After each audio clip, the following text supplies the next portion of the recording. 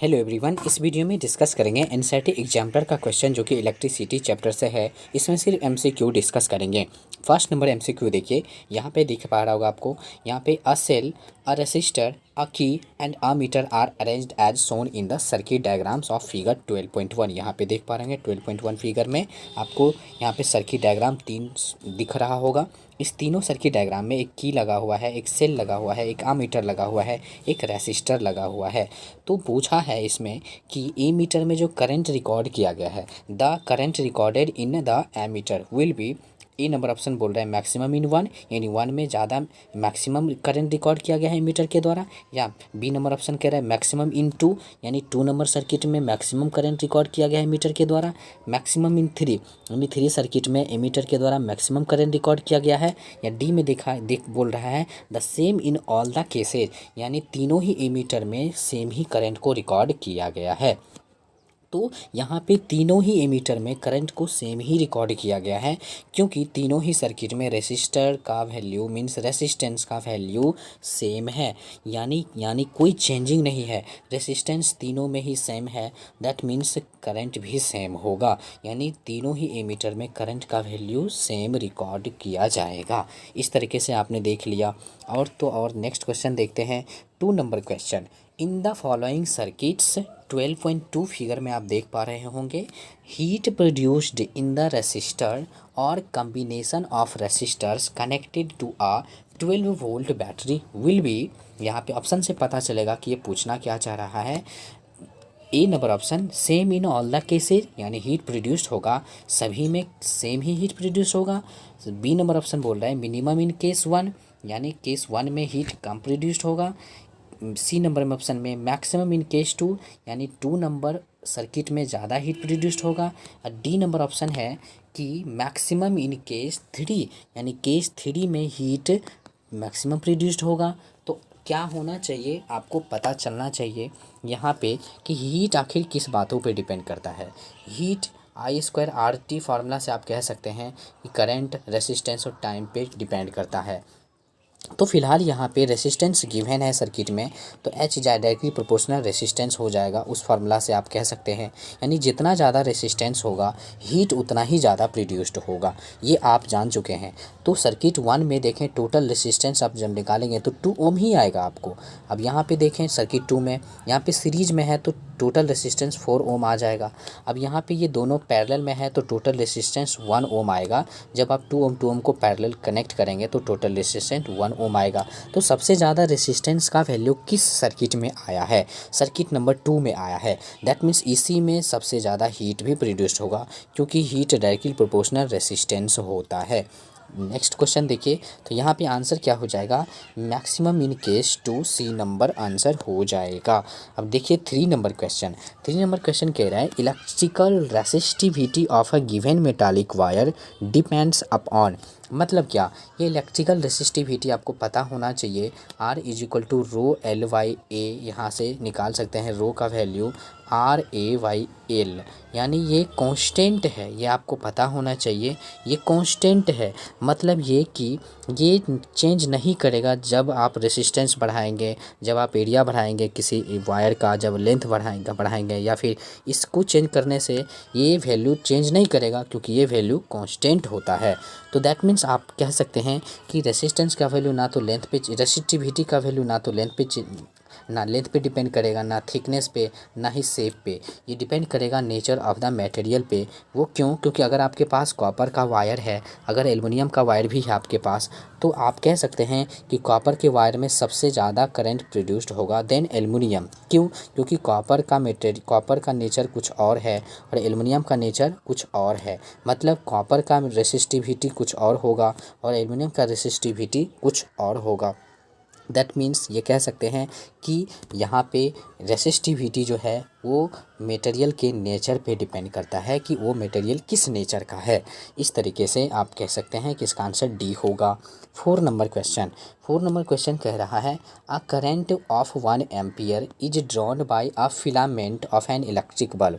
कोई electric bulb है, उसमें फिलामेंट रहता है, उस फिलामेंट में 1 एम्पियर का करंट ड्रॉन किया गया है।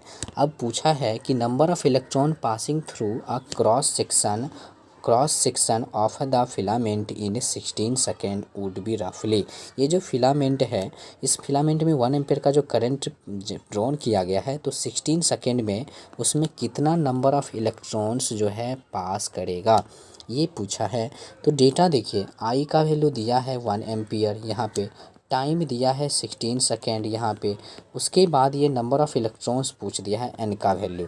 आपको पता है क्यू का फार्मूला आई टी भी होता है और क्यू का फार्मूला एक एन ई भी होता है, आपको पता होना चाहिए। तो दोनों के इक्वेट करके आप एन निकाल सकते हैं, जहाँ ई क्या है, तो चार्ज ऑन इलेक्ट्रॉन्स, जिसका वैल्यू 1.6 10⁻⁻19 कुलाम्ब होता है।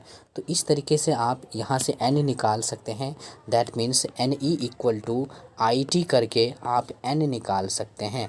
तो n का वैल्यू जो आ जाएगा, आपको यहाँ पे लास्ट में देखें, n का जो वैल्यू आएगा 10⁻20 आ जाएगा, यानी आंसर होगा 10⁻20 इलेक्ट्रॉन्स यहाँ पे हो जाएगा।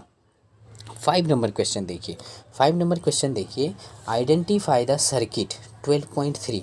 यहाँ पे आइडेंटिफाई करना है कि सर्किट को, कि कौन सा सर्किट जो है, ये जो है कौन सा सर्किट जो है सही कनेक्टेड है, यानी प्रॉपरली कनेक्टेड है, ये क्वेश्चन ये पूछ रहा है। तो सर्किट को आप बढ़िया से देखें यहाँ पे। तो इससे पहले आपको याद करना पड़ेगा कि वोल्ट मीटर जो है किसी भी रेसिस्टर से पैरेलल में कनेक्टेड रहता है, ये आपको पता होना चाहिए। ए मीटर जो है किसी भी रेसिस्टर से सीरीज में कनेक्टेड रहता है। और तीसरी चीज़ें ये कि वोल्ट मीटर का जो पॉजिटिव पार्ट है वो बैटरी के भी, यानी सेल के भी पॉजिटिव पार्ट से ही कनेक्टेड होना चाहिए। ये चीज़ें ए मीटर का भी, ए मीटर में भी वही बात, अगर ए मीटर का ये पॉजिटिव पार्ट है तो सेल का भी ये पॉजिटिव पार्ट से देखें कनेक्टेड होना चाहिए। तो इस तरीके से ये 4 बातें आपको ध्यान रखनी है। हम डायरेक्ट आंसर पे जाते हैं। 2 नंबर आंसर यहाँ पे सही होगा, वो इसलिए कि यहाँ पे वोल्ट मीटर देखें रेसिस्टर से पैरेलल भी कनेक्टेड है। ए मीटर यहाँ पे रेसिस्टर से सीरीज में कनेक्टेड है। ए मीटर यहाँ पे देख सकते हैं, यहाँ पे देख सकते हैं ए मीटर सीरीज में कनेक्टेड है। तीसरी चीज़ें ये हैं कि वोल्ट मीटर का पॉजिटिव पार्ट यहाँ पे बैटरी के पॉजिटिव पार्ट से देखें यहाँ पे कनेक्टेड है। उसके बाद वोल्ट मीटर का नेगेटिव यहाँ पे देख सकते हैं, नेगेटिव पार्ट से कनेक्टेड है। इस तरीके से आप देख सकते हैं। उसके बाद ए मीटर का पॉजिटिव पार्ट बैटरी का, यानी सेल का पॉजिटिव पार्ट से देखें ये कनेक्टेड है। ए मीटर का नेगेटिव पार्ट सेल के नेगेटिव पार्ट से कनेक्टेड है। तो that means second number answer सही है। अब आप सोच रहे होंगे कि ये दोनों तो वैसे सही नहीं होगा, क्योंकि यहाँ पे वोल्ट मीटर यहाँ पे सीरीज में कनेक्टेड है, वोल्ट मीटर यहाँ पे सीरीज में कनेक्टेड है। लेकिन यहाँ पे वोल्ट मीटर पैरेलल में कनेक्टेड है, ए मीटर सीरीज में कनेक्टेड है। लेकिन ये क्यों नहीं सही है? वो इसलिए कि यहाँ पे ए मीटर का पॉजिटिव सेल के नेगेटिव से कनेक्टेड है, जो कि ये गलत है। तो इस तरीके से आपने देखा कि आंसर सेकेंड होगा। क्वेश्चन नंबर सी देखिए, 6 देखिए, question number 6, What is the maximum resistance which can be made using 5 resistors each of 1/5 ohm? यानी मैक्सिमम रेसिस्टेंस का वैल्यू क्या होगा जब आप 5 रेसिस्टर्स को आप कनेक्ट करेंगे, तो 5 रेसिस्टर्स को आप कनेक्ट करेंगे तो ये क्वेश्चन पूछा है। तो दैट मीन्स ये देखें, ये 5 रेसिस्टर्स हैं, पाँचों रेसिस्टर्स का वैल्यू 1/5 है, 1/5 है। ये चीज़ें भी आपको ध्यान रखना है। तो मैक्सिमम रेसिस्टेंस का वैल्यू निकालना है इस पांचों को कनेक्ट करने के बाद। तो क्या होगा मैक्सिमम रेसिस्टेंस, ये आपको अच्छे से पता होना चाहिए। Maximum resistance is obtain when resistors are connected in series. जब आप सीरीज में रेसिस्टर्स को कनेक्ट करते हैं तो टोटल रेसिस्टेंस मैक्सिमम आता है। तो इसीलिए जब मैक्सिमम रेसिस्टेंस पूछेगा तो आप टोटल रेसिस्टेंस सीरीज में कंबाइन कर देंगे, तो आपका मैक्सिमम रेसिस्टेंस का ही वैल्यू आएगा। तो यहाँ पे पांचों रेसिस्टर्स जो था, जिसका हर एक का वैल्यू 1/5 ओम था, सभी को आप सीरीज में कनेक्ट कर देंगे। That means 1/5 ohm plus 1/5 ohm plus 1/5 ओम, उसी तरह से सारे पांचों रेसिस्टर्स को सीरीज में कनेक्ट कर दीजिएगा, तो आपका टोटल रेसिस्टेंस जो आएगा वो मैक्सिमम ही आएगा, और इसका सोल्यूशन 1 ओम आएगा। दैट मीन्स मैक्सिमम रेसिस्टेंस का वैल्यू 1 ओम आ जाएगा। आंसर डी हो जाएगा।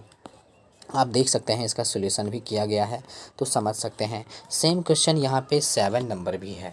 7 नंबर क्वेश्चन कह रहा है what is the minimum resistance. जब मिनिमम रेसिस्टेंस पूछे तो टोटल रेसिस्टेंस पैरेलल में कनेक्ट कर देंगे, तो आपको मिनिमम रेसिस्टेंस ही निकलेगा। यानी आर मिनिमम मतलब आर पी, और आर मैक्सिमम मतलब क्या होगा, आर एस मतलब total resistance in series combination, और आर पी मतलब total resistance in parallel combination.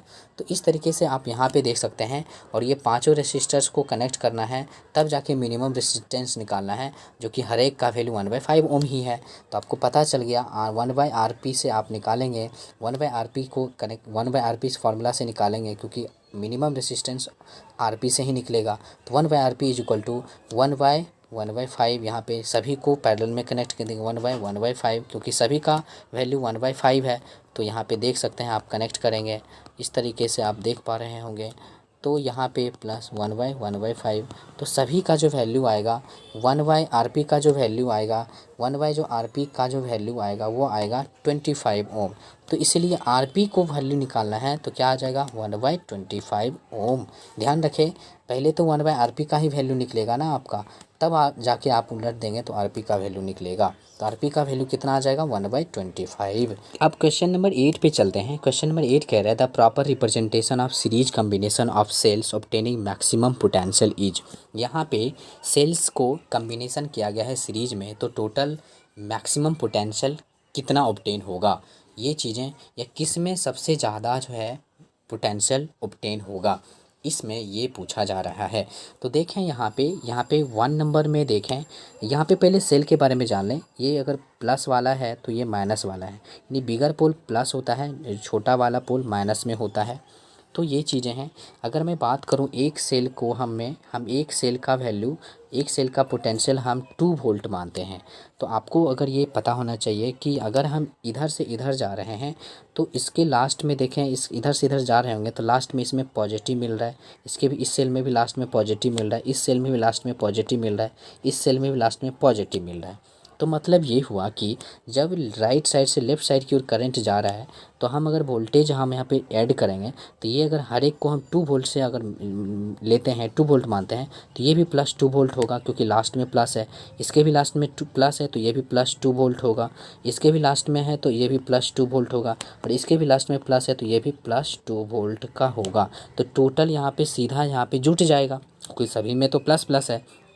Total यहाँ पे जोड़ेंगे, कंबाइन करेंगे, तो टोटल यहाँ पे पोटेंशियल होगा 8 वोल्ट। लेकिन सेकेंड वाले में देखिए, अगर हम लेफ़्ट साइड से राइट साइड की ओर जा रहे हैं तो इसके लास्ट में पॉजिटिव है तो ये प्लस 2 वोल्ट का होगा, इसके लास्ट में नेगेटिव है तो ये माइनस 2 वोल्ट का होगा, इसके लास्ट में प्लस है तो ये प्लस 2 वोल्ट का होगा, इसके लास्ट में ये प्लस वाला पोल है तो इसका प्लस 2 वोल्ट होगा। इसका टोटल यहाँ पे जोड़ेंगे तो कितना आएगा, यहाँ पे ये तो जुट जाएगा, प्लस 6 वोल्ट आएगा, लेकिन एक माइनस 2 वोल्ट भी है यहाँ पे, तो यहाँ पे टोटल आ जाएगा 4 वोल्ट कंबाइन करने के बाद। इस तरीके से जब इसमें आप निकालेंगे, अगर हम माने हैं लेफ़्ट साइड से राइट साइड की ओर जा रहे हैं, तो ये देखिए इसके लास्ट में, इस सेल के लास्ट में है प्लस तो ये प्लस 2 वोल्ट होगा, इस सेल के लास्ट में है माइनस तो ये माइनस वाला पोल तो माइनस 2 वोल्ट होगा, इस सेल के लास्ट में माइनस वाला पोल है तो माइनस 2 वोल्ट होगा, इस सेल के लास्ट में प्लस वाला पोल है तो प्लस 2 वोल्ट होगा। तो आप देख सकते हैं कि ये प्लस 2 वोल्ट, ये माइनस 2 वोल्ट कैंसिल हो गया, ये माइनस 2 वोल्ट, ये प्लस 2 वोल्ट कैंसिल हो गया, तो इसमें कितना आया 0 वोल्ट आया कंबाइन करने के बाद। इसी तरीके से आप 4 में देखें, 4 में अगर हम लेफ़्ट साइड से राइट साइड की ओर हम करंट का डायरेक्शन लेते हैं तो इसके देखिए लास्ट में माइनस है तो ये माइनस 2 वोल्ट होगा, इसके लास्ट में अगर प्लस है तो ये प्लस 2 वोल्ट होगा, इस वाले में देखिए तो ये तो माइनस माइनस साथ ही है तो ये तो छोड़ें, इसका सोचेंगे तो ये प्लस 2 वोल्ट है। तो दैट मीन्स ये देखें ये कैंसिल हो गया, प्लस 2 माइनस 2 वोल्ट, इससे 2 वोल्ट बचा है। तो लास्ट में यहाँ पे देखें 2 वोल्ट है, इसमें आपका 4 वोल्ट आया था, इसमें 0 वोल्ट आया था जोड़ करके, इसमें 8 वोल्ट आया था। तो सबसे ज़्यादा किस में होगा, तो 1 नंबर में होगा, यानी आंसर नंबर 1 हो जाएगा, ए हो जाएगा। आई होप कि आपने ये समझा कि क्वेश्चन कैसे पूछा जाता है। हम नेक्स्ट जो क्वेश्चन है MCQ पार्ट 2 में हम लाएंगे। Thank you so much video देखने के लिए।